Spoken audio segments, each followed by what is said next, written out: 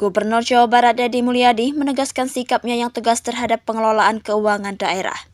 Ia memastikan tidak akan mengambil jalan pintas melalui pinjaman daerah untuk menutup kekurangan fiskal akibat pemangkasan dana transfer dari pemerintah pusat yang mencapai sekitar 2,45 triliun rupiah pada tahun depan. Menurut Deddy, secara prinsip, pinjaman daerah memang tidak dilarang selama dilakukan secara terukur dan sesuai dengan kemampuan fiskal daerah. Pinjam boleh, tapi terukur. Tidak boleh kita membuat pinjaman melebihi keuangan yang kita miliki tiap bulan, ujar Deddy pada Senin 13 Oktober 2025. Namun, alih-alih mengandalkan pinjaman, Deddy memilih strategi berbeda. Ia lebih ingin memaksimalkan potensi internal Jawa Barat dengan pengelolaan anggaran yang mandiri, disiplin, dan efisien, tanpa harus mengorbankan sektor penting seperti pembangunan infrastruktur. Ia menekankan bahwa pembangunan infrastruktur tidak boleh berhenti karena menjadi penggerak utama bagi pertumbuhan ekonomi di daerah. Deddy menilai keberadaan infrastruktur yang kuat mulai dari jalan, jembatan, jaringan listrik, hingga konektivitas internet adalah fondasi penting yang bisa mendorong investasi dan menciptakan lapangan kerja baru bagi masyarakat Jawa Barat. Meski menyadari bahwa situasi fiskal saat ini menuntut kehati-hatian ekstra, Deddy tetap berkomitmen agar agenda pembangunan tidak berhenti. Ia mengakui bahwa membangun di tengah keterbatasan anggaran tentu memerlukan pengorbanan dan langkah tegas dalam mengatur prioritas belanja. Oleh karena itu, Deddy memilih memangkas pos-pos pengeluaran pemerintah yang dianggap tidak memberikan manfaat langsung bagi masyarakat luas. Menurut Deddy, langkah efisiensi ini justru menjadi cara paling sehat dalam menjaga keseimbangan keuangan daerah, tanpa harus menambah beban utang yang pada akhirnya bisa menjadi tanggungan publik. Meski dana transfer daerah di Jawa Barat mengalami penurunan 2.458 miliar, kami akan tetap terus melakukan pembangunan infrastruktur dengan terus melakukan peningkatan jumlah besaran anggarannya. Nah, karena apa? Karena tidak mungkin kita melaksanakan pembangunan tanpa membangun infrastruktur. Pertumbuhan ekonomi itu akan tumbuh manakala infrastrukturnya dibangun. Karena apa? Karena pertumbuhan ekonomi akan tumbuh manakala ada investasi.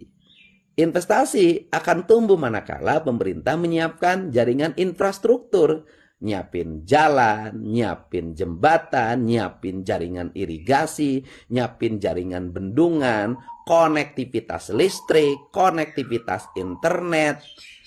Karena dengan konektivitas listrik, internet, jalan yang baik, maka industri akan tumbuh.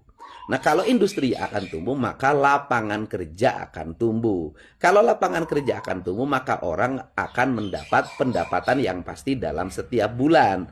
Yang akhirnya mereka akan mengalami pertumbuhan. Beli rumah, beli motor, sekolahin anak, makan tiap hari di warung. Itu akan melahirkan pertumbuhan ekonomi. Jadi pembangunan infrastruktur itu sangat relevan dengan pertumbuhan ekonomi. Dan bagi masyarakat, kalau dianggap ada pembangunan, itu berarti ada pembangunan jalan, jembatan, irigasi, sekolah, rumah sakit, perumahan, pemukiman. Itu yang disebut pembangunan menurut masyarakat. Andai kata ada pandangan bahwa pembangunan infrastruktur tidak memberikan daya dukung terhadap pertumbuhan ekonomi, itu disebabkan karena membangun infrastrukturnya tidak mandiri, menggunakan dana pinjaman yang sangat besar, yang akhirnya memberikan beban terhadap ekonomi. Jadi, bagaimana cara membangun infrastruktur yang baik agar mandiri? Maka pemerintahnya harus efisien. Bagaimana pemerintah efisien? Pemerintah efisien itu adalah pemerintah yang membelanjakan anggaran publiknya untuk kepentingan publik, mengurangi belanja alat tulis kantor, mengurangi belanja listrik, mengurangi belanja air, mengurangi belanja perjalanan dinas, mengurangi belanja pakaian dinas, mengurangi kegiatan-kegiatan seminar-seminar, simposium, kegiatan protokoler, FDG. Semuanya diarahkan pada fokus pembangunan yang menjadi kebutuhan rakyat. Dan dengan cara itu maka kita akan mendapatkan uang yang cukup untuk membangun. Dan uang yang cukup untuk membangunnya menggunakan dana yang kita miliki.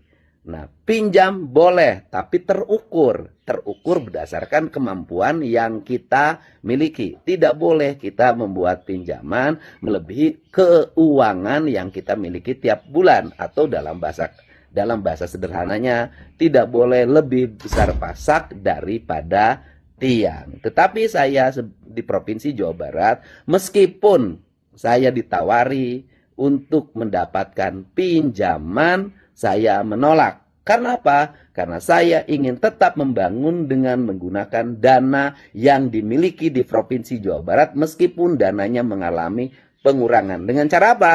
Dengan cara gubernur dan seluruh para pejabatnya dan ASN-nya berpuasa dari berbagai kepentingan yang tidak ada relevansi dengan kepentingan masyarakat.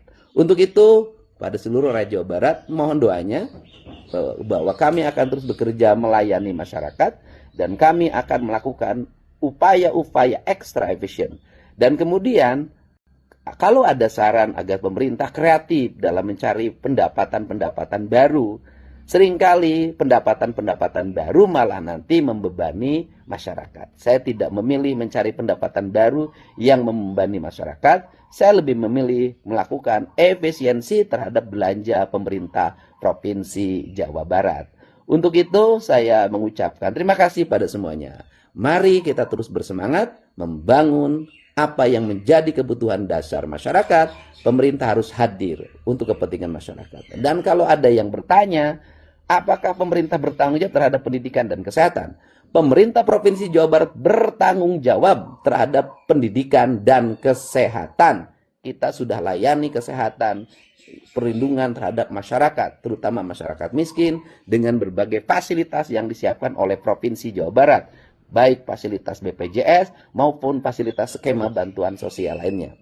Kalaupun ada kemarin ajakan untuk melakukan rereongan bagi masyarakat di tingkat RT, RW, kecamatan, kelurahan, dan bupati daun wali kotanya, itu tidak ada kaitannya dengan layanan pendidikan dan kesehatan.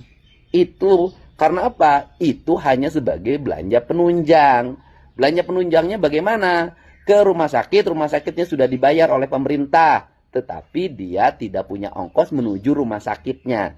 Tidak punya uang untuk makan selama nungguin saudaranya, suaminya, adiknya, anaknya di rumah sakit. Sekolahnya sudah dijamin pemerintah, tapi dia ke sekolahnya nggak mau berangkat karena tidak punya ongkos untuk ke sekolah.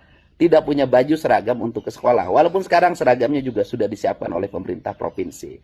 Nah, ini adalah upaya-upaya kesalehan sosial yang ditumbuhkan berdasarkan partisipasi warga di lingkungannya masing-masing. Bukan pemerintah kekurangan uang untuk membiayai pendidikan dan kesehatan.